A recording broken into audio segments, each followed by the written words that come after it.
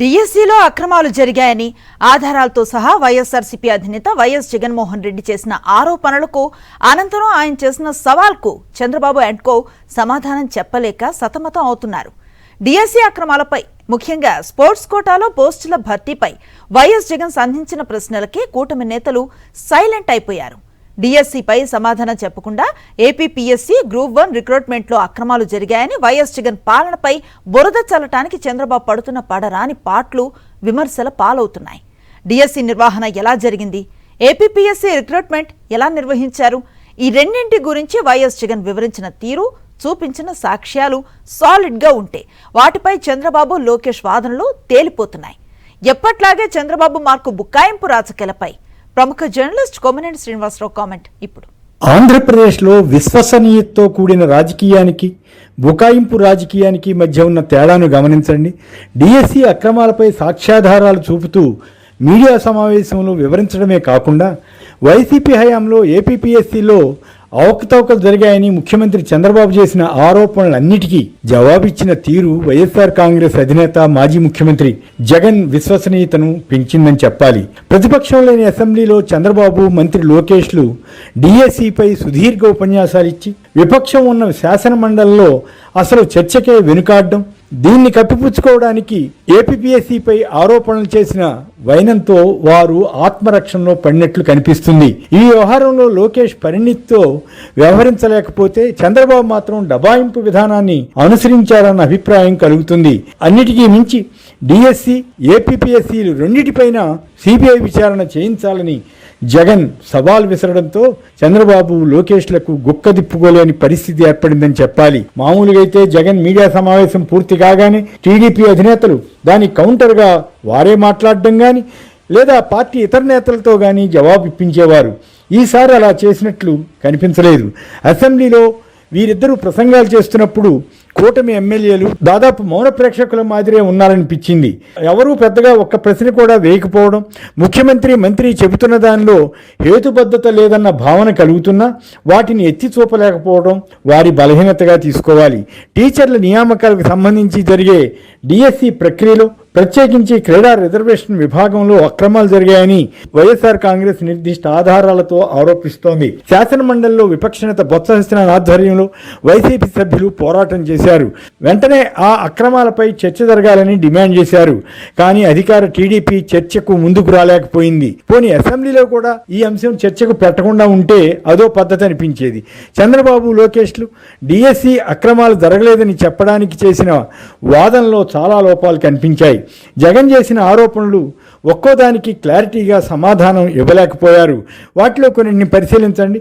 జగన్ తన వాదనలో ప్రధానంగా క్రీడా కోటాలో 372 పోస్టులు పరీక్షలు లేకుండా ఇచ్చిన విధానాన్ని ప్రశ్నించారు.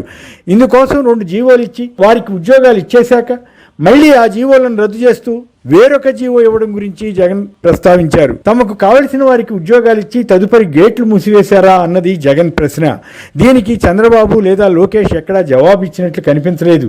ప్రఖ్యాత క్రీడాకారిణి పివి సింధుతో ఈ టీచర్లను లోకేష్ పోల్చడాన్ని 50 మంది తప్పుపట్టారు. ఈ విషయం కూటమి ఎమ్మెల్యేలకు కూడా అర్థమై ఉండాలి. కానీ అధికార పక్షంలో ఉన్నందున వారు అడగలేకపోయి ఉండవచ్చు. లోకేష్ తీరు ఇమ్మెచ్యూర్గా ఉందని పలువురు విశ్లేషకులు, సోషల్ మీడియాలో యాక్టివ్గా ఉండే మేధావులు వ్యాఖ్యానించారు. కేవలం స్థానికంగా ఆయా క్రీడా సంఘాలకు అధ్యక్షులుగానో లేదా మరో బాధ్యతలోనో ఉన్న టీడీపీ ఎమ్మెల్యే లేదా ఎంపీ ఇచ్చిన లేఖల ఆధారంగా ఉద్యోగాలు ఎలా ఇస్తారో అర్థం కాదు. కేవలం స్థానికంగా ఆటల్లో పాల్గొంటే చాలన్న పద్ధతి బహుశా దేశంలో మరే రాష్ట్రంలోనూ ఉండి ఉండదు. చిత్రంగా జాతీయ స్థాయి క్రీడల్లో మెడల్స్ సంపాదించిన కొందరికి మాత్రం ఉద్యోగాలు ఇవ్వలేదు. వారు బహిరంగంగానే ప్రభుత్వాన్ని ప్రశ్నిస్తున్నారు. నవీన్ అనే అవుట్సోర్సింగ్ ఉద్యోగికి మొదటి ర్యాంక్ వచ్చినట్టు ప్రకటించడం, ఆ తర్వాత అతన్ని మెరిట్ లిస్ట్ నుంచి తొలగించడం, పరీక్ష పత్రాల తయారీ, పరీక్షల నిర్వహణ బాధ్యతలు ఒకరికి అప్పగించడం వంటి వాటిని లోకేష్ సమర్థించుకున్న తీరు కూడా అంత బాగోలేదు. టీచర్ పోస్టులకు బేరసారాలు సాగిన ఆడియో తదితర విషయాలను జగన్ ఆధార సహితంగా చూపించారు. చంద్రబాబు, లోకేష్ ఇచ్చిన సమాధానాల్లో పరస్పర విరుద్ధంగా ఉన్న అంశాలను కూడా ప్రస్తావించారు. జగన్ లేదా వైసీపీ డిమాండ్ చేసినంతనే లోకేష్ తన పదవికి రాజీనామా చేస్తారని ఎవరూ అనుకోలేదు. కానీ తన వైపు తప్పు లేదని చెప్పుకోవడానికి ఆయన పడిన పాట్లు, ఆయన్ని రక్షించడానికి తండ్రిగా ముఖ్యమంత్రి చంద్రబాబు చేసిన యత్నాలు అందరికీ అర్థమైపోయాయన్నది పలువురి భావన. చంద్రబాబు తనదైన శైలిలో ఎదురుదాడి చేయడానికి యత్నించారు. పనిగట్టుకుని ఏపీపీఎస్సీలో అక్రమాలు జరిగాయంటూ, తన జీవితంలోనే ఎన్నడూ ఇలాంటి కుంభకోణం చూడలేదంటూ పెద్ద హడావుడి చేయాలని ఆయన తలపెట్టారు. కానీ అది పండినట్లు అనిపించదు. అసెంబ్లీలో అయినా బయట అయినా ఆయన ఎంత గట్టిగా మాట్లాడితే అది అంత అసత్యం అయి ఉంటుందని గతంలో వైసీపీలో ఉండి ప్రస్తుతం టీడీపీలో ఉన్న ఒక ఎమ్మెల్యే అంటుండేవారు. పనిగట్టుకుని జగన్ ప్రభుత్వంలో ఇంటెలిజెన్స్ డీజీగా ఉన్న అధికారి గురించి చంద్రబాబు ప్రస్తావించడంపై రకరకాల చర్చలు ఉన్నాయి. ఆనాటి ప్రభుత్వంలో చంద్రబాబు పైన పలు కీలకమైన కేసులు రావడానికి ఆ అధికారి కారణమన్న కోపం ఉండి ఉండవచ్చని, దాన్ని సందర్భంగా బయటపెట్టి ఉండవచ్చని కొందరు అంటున్నారు. అయితే జగన్ తన వివరణలో చంద్రబాబు చేసిన ఆరోపణలన్నింటినీ పటాపంచలు చేసే విధంగా మాట్లాడారు. గ్రూప్ 1 ప్రిలిమినరీ పరీక్షలు టీడీపీ ప్రభుత్వ హయాంలోనే జరిగాయని, ఆ తర్వాత మెయిన్స్ పరీక్షలు తమ ప్రభుత్వంలో జరిగాయని ఆయన తెలిపారు.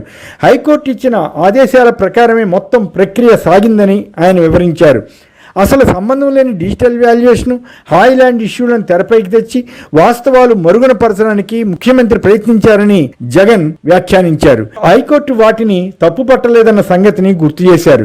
గ్రూప్ 1 పరీక్షల్లో అవకతవకలు జరగలేదని, చంద్రబాబు ప్రభుత్వం నియమించిన సిట్ హైకోర్టుకు నివేదిక ఇచ్చిందని, పేపర్ ట్యాంపర్ కాలేదని సిఎఫ్ఎస్ఎల్ నివేదిక పేర్కొందని జగన్ వెల్లడించడంతో కూటమి ప్రభుత్వ వాదన అంతా వీగిపోయినట్లయింది. ఇంటర్వ్యూ బోర్డుల ఏర్పాటు, వాల్యుయేషన్ 3 ప్రదేశాల్లో జరపడం, అన్ని చోట్ల సీసీటీవీ కెమెరాల అమరిక, జంబ్లింగ్ మొదలైన పద్ధతులను కట్టుదిట్టంగా అమలు చేశామని జగన్ తెలిపారు.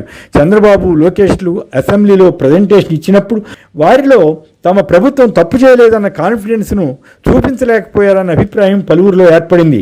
అదే టైంలో జగన్ తన ప్రజెంటేషన్లో ఒక స్పష్టత, వీడియో, ఆడియో ఆధారాలు, ప్రభుత్వ జీవోలు, కోర్టు తీర్పుల్లోని వివిధ భాగాలు మొదలైన వాటిని చూపించడం ద్వారా తన క్రెడిబిలిటీని మరోసారి రుజువు చేసుకున్నట్లయింది. ఈ వివాదాల నుంచి బయటపడాలంటే చంద్రబాబు ముందున్న ఒకే ఒక ఆప్షన్ ఏమిటంటే జగన్ విసిరిన సవాల్కు ధైర్యంగా స్పందించి డిఎస్సి, ఏపీపీఎస్సీలు రెండిటిపైన సిబిఐ విచారణ కోరడమే. మరి ఆయన అలా చేయగలుగుతారా?